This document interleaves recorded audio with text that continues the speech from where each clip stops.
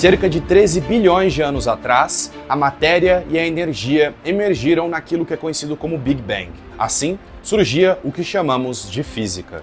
300 mil anos mais tarde, a matéria e a energia se fundiram em estruturas complexas, conhecidas como átomos e moléculas. Assim, surgia o que chamamos de química. Cerca de 3 bilhões de anos atrás, num planeta chamado Terra, essas moléculas se combinaram para formar estruturas chamadas de organismo. Assim, surgia o que chamamos de biologia. Cerca de 70 mil anos atrás, organismos da espécie Homo sapiens começaram a se organizar em sistemas conhecidos como sociedades. Assim, surgia o que chamamos de história. E essa é uma breve história da humanidade.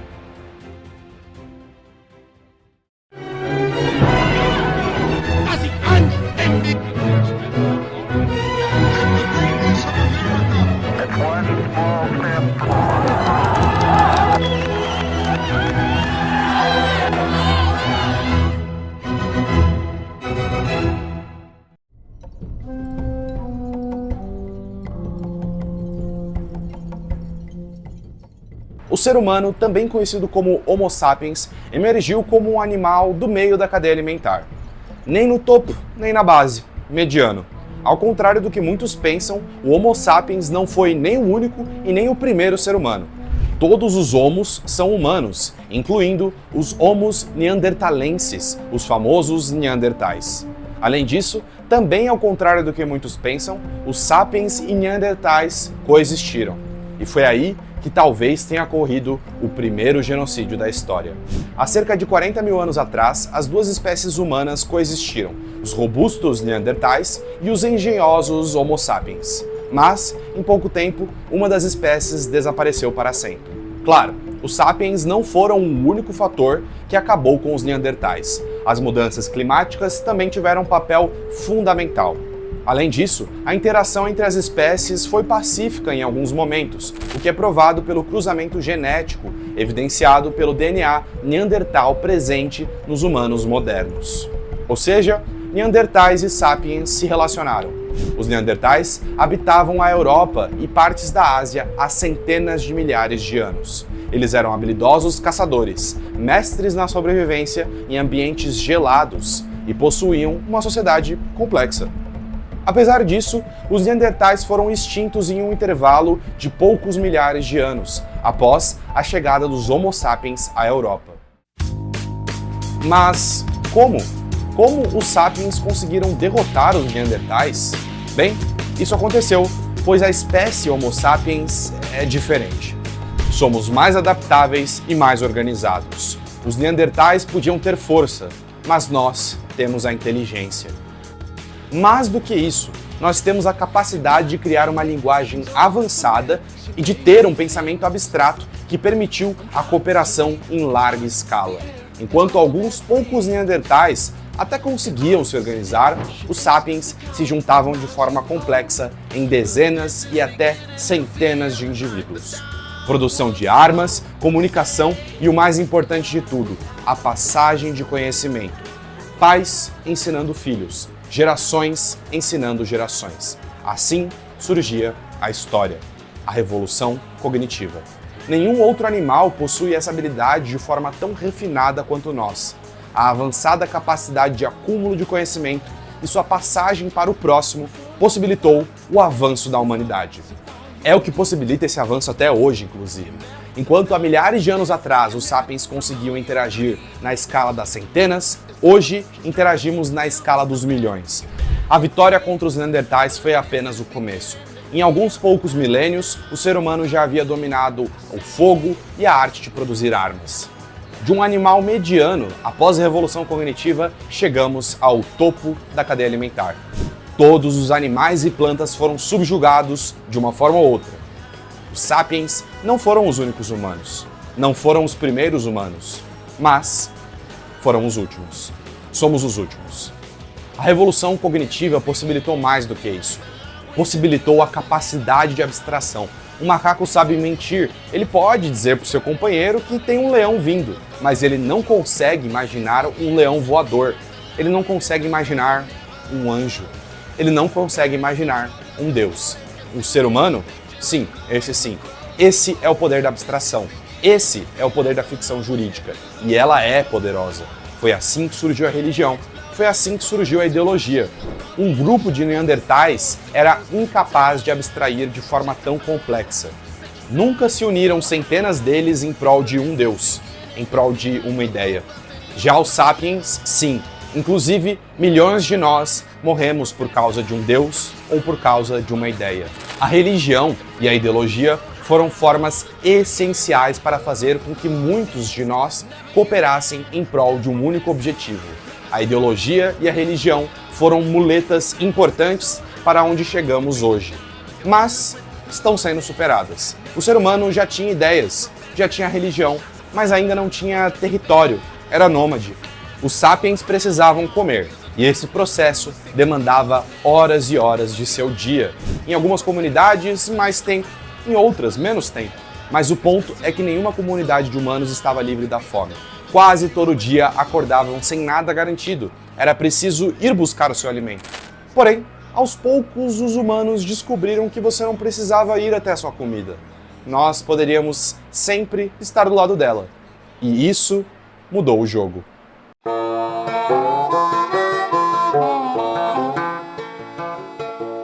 Há cerca de 10 mil anos atrás, o ser humano aprendeu a ficar no mesmo lugar, a criar raízes, aprendeu a plantar e a colher, aprendeu a criar e matar.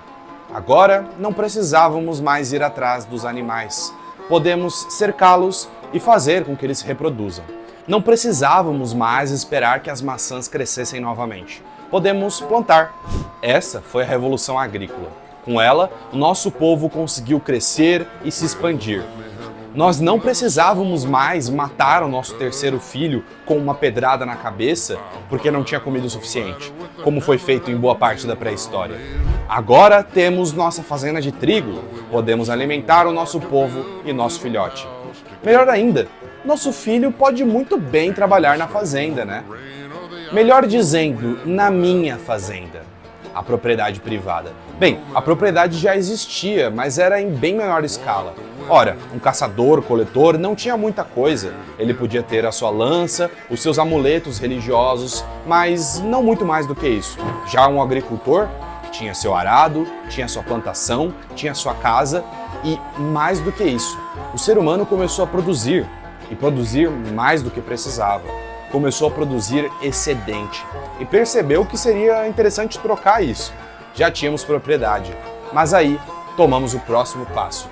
Não seria bom ter um item neutro para estabelecer trocas? E assim surgiu o dinheiro. Os babilônios e assírios não falavam a mesma língua, não tinham a mesma cultura, mas eles entendiam uma coisa: o dinheiro. O fim do escambo e o início do uso do dinheiro foi um grande salto para a humanidade. Inclusive, um grande unificador de pessoas. Diferentes pessoas faziam trocas, civilizações diferentes faziam trocas. O sapateiro, que buscava um pão, não precisava mais torcer para que o padeiro precisasse de um sapato também. Ele poderia vender o seu sapato por dinheiro e depois comprar um pão. Estava indo muito bem, mas tem um probleminha. Mais comida quer dizer mais humanos. E mais humanos significou mais problemas. Fazendeiros cooperavam entre si, mas nem todos queriam cooperar. Alguns humanos preferiam tomar o trabalho de outros. Era necessário criar uma ordem, uma justiça. Assim surgiu o Estado. Claro, a justiça já existia há muito tempo atrás, até o monopólio da força também. Porém, com a Revolução Agrícola, se permite uma função importante do que entendemos como Estado moderno, o território. O conceito de Estado surgiu por volta de 5 mil anos atrás, na Mesopotâmia, no Egito, no Vale do Indo e na China. À medida que as sociedades agrícolas cresceram, começaram a enfrentar desafios, como a administração de recursos, defesa contra invasores e a necessidade de uma organização política. Para resolver esses problemas, surgiram as primeiras formas de governo centralizado, com líderes, leis escritas, como o Código de Hammurabi, exércitos e burocracias. Esses primeiros estados organizados foram impulsionados por avanços na escrita, na tributação e na construção de cidades. Quem está certo e quem está errado? Um juiz irá determinar. Está sendo atacado por bandidos? Um soldado do governo irá te ajudar. Claro, nem tudo são flores. Historicamente, as elites vão usar o poder do Estado para benefício próprio. Fizeram por milênios e fazem até hoje. Mas graças a essa entidade, o Estado, que milhares e eventualmente milhões de pessoas trabalharam sobre uma mesma ideia. Os sumérios desenvolveram a escrita. Não foi um povo nômade que fez isso, não foi uma pequena aldeia, foi toda uma civilização.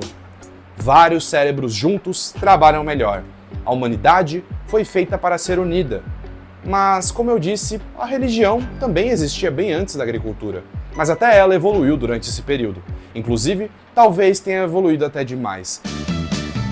Na pré-história, um humano médio era animista. Acreditava no deus Sol, no deus Lua, no deus Mar.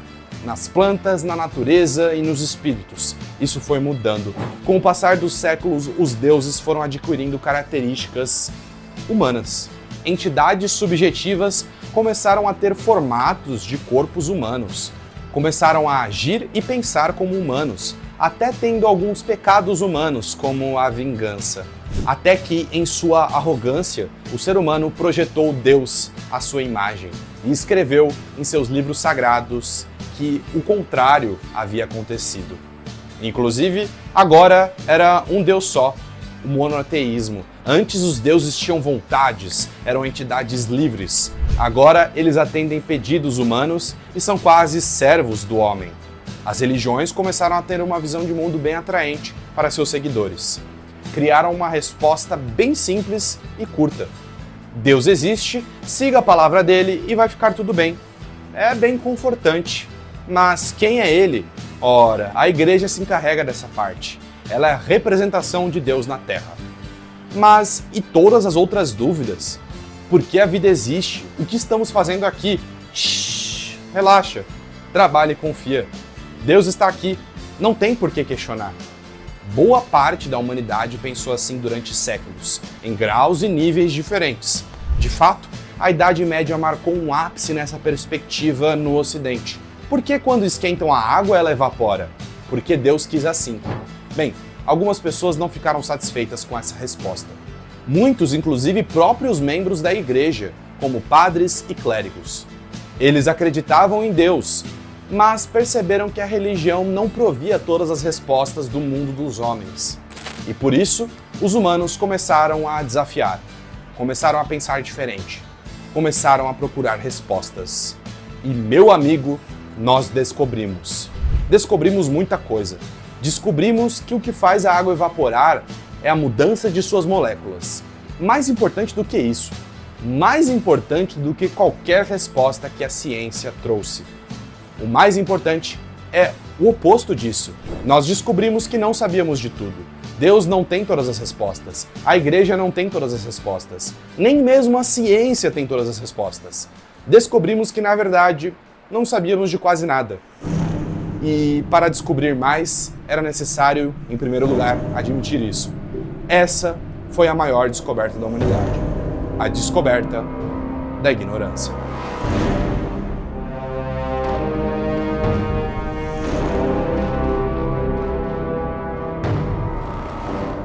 No ano 1000 depois de Cristo, na ilha da Grã-Bretanha, governava Etereudo II.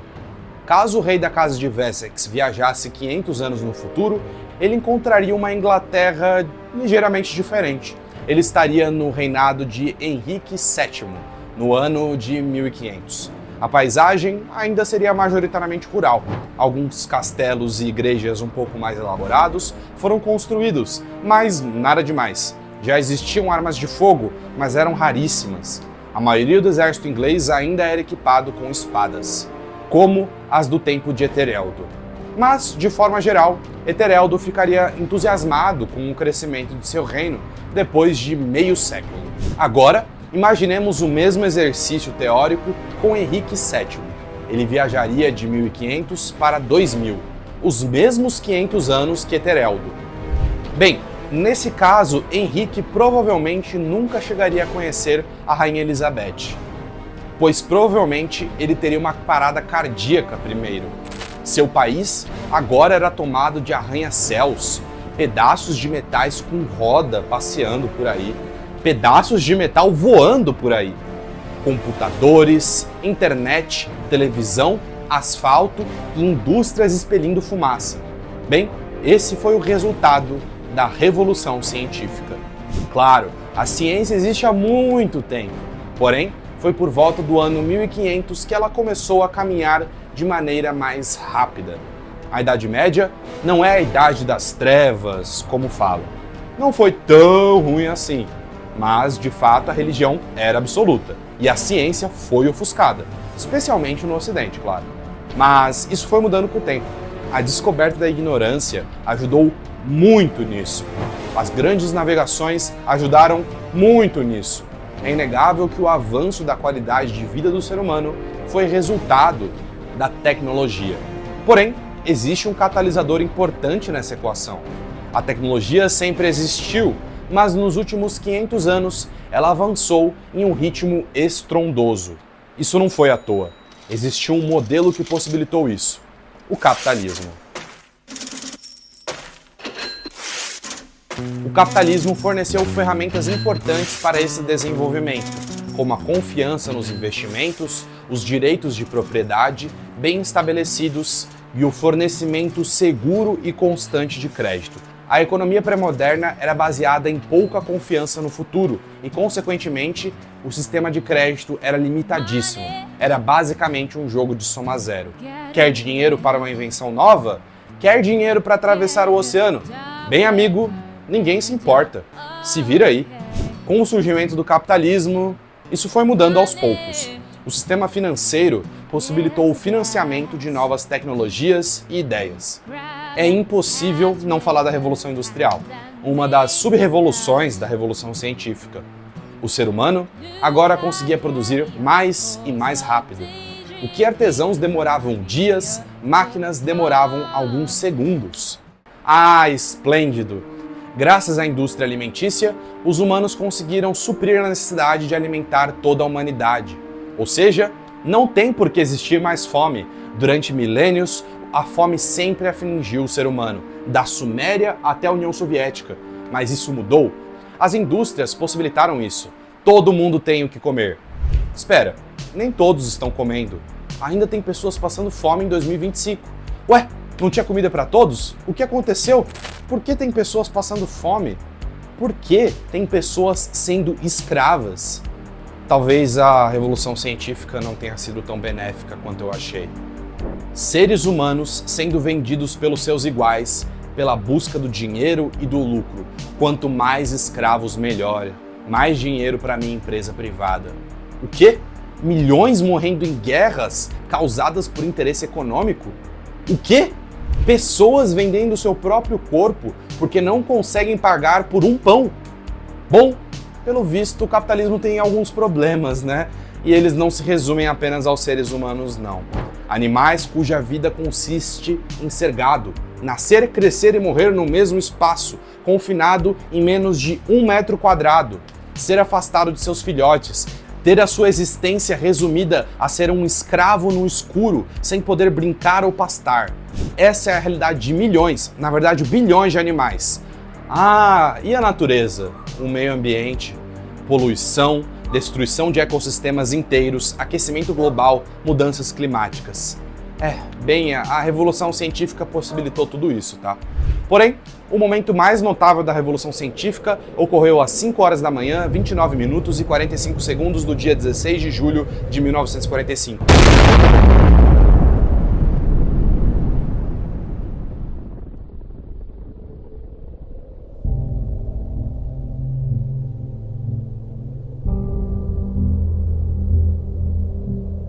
Naquele exato momento, cientistas americanos detonaram a primeira bomba atômica da história. Desde então, a humanidade passou de ter a capacidade apenas de modificar o curso da história, mas também de dar um fim nela.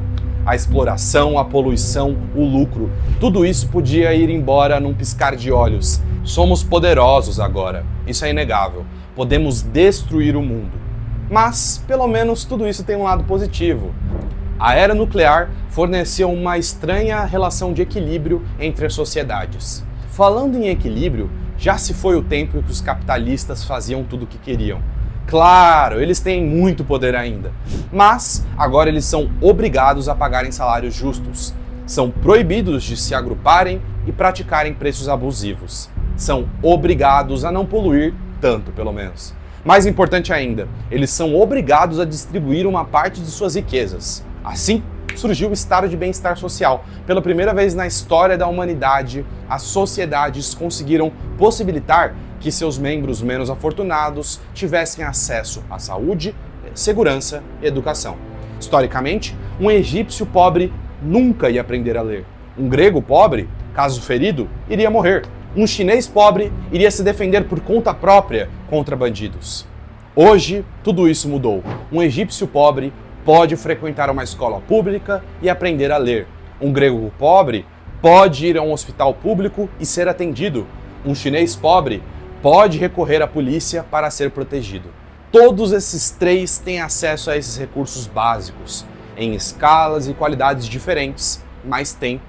E cada vez mais pessoas têm acesso a esses serviços básicos. Pela primeira vez, um andarilho ou um sem-teto pode receber um atendimento médico gratuito, caso ele precise. Um sem-teto sumério iria morrer na rua. Isso ocorre pois a humanidade está se unificando. Os humanos estão se ajudando, trabalhando em conjunto. Há 1000 anos atrás, tínhamos várias civilizações desconexas, milhares de estados diferentes e a grande maioria deles isolados. Os incas nem sabiam da existência dos astecas. Um europeu médio nem sabia da existência de um japonês. Séculos se passaram sem eles se verem, mas hoje isso mudou. Há 2 milênios atrás, existiam milhares de pequenos estados diferentes. Hoje temos 193 grandes estados e a tendência é essa. Cada vez mais a humanidade está se unificando, se integrando. Desses 193 estados, 27 já são quase um só, a União Europeia. A Europa está dando o primeiro passo para o futuro. Daqui a alguns séculos, é provável que a União Europeia se torne um estado só. E a tendência é que o mundo siga o mesmo caminho, obviamente em velocidades diferentes. Continentes vão se unificando e se juntando.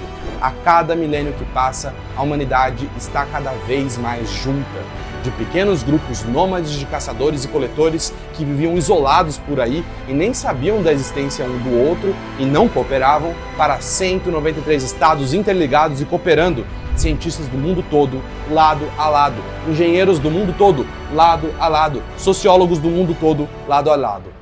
Milhões, ou melhor, bilhões trabalhando em conjunto. Daqui milênios, só existirá um Estado, um governo, a unidade absoluta, o Uno. Mas qual o sentido de tudo isso? Qual o sentido da revolução científica? Qual o sentido da unificação da humanidade? Ué, achei que estava óbvio. A imortalidade, é claro. Desde os primórdios de sua existência, o ser humano luta pela sua sobrevivência. O ser humano quer mais do que viver, quer viver melhor. E para isso que a ciência existe. O objetivo dela é trazer, na verdade, a amortalidade, melhor dizendo. Curar todas as doenças, retardar a velhice. É para isso que estamos aqui. O ser humano é eterno. Homo sapiens, o animal que se tornou um deus. Bom, pessoal, vídeo bem diferente, né? Espero que vocês tenham gostado.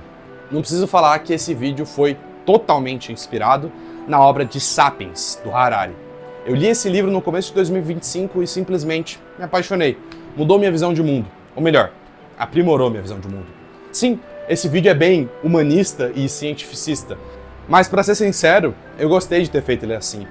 O conhecimento expandido vem passando por várias mudanças. Na verdade, eu, Loconte, venho passando por várias mudanças. E infelizmente esse será o último vídeo do semestre. Eu estou focando em um projeto bem importante. Por isso, vejo vocês em setembro. Tamo junto. Tchau.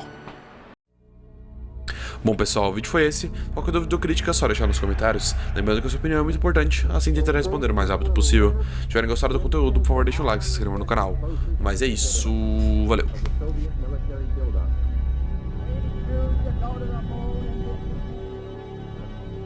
That's one.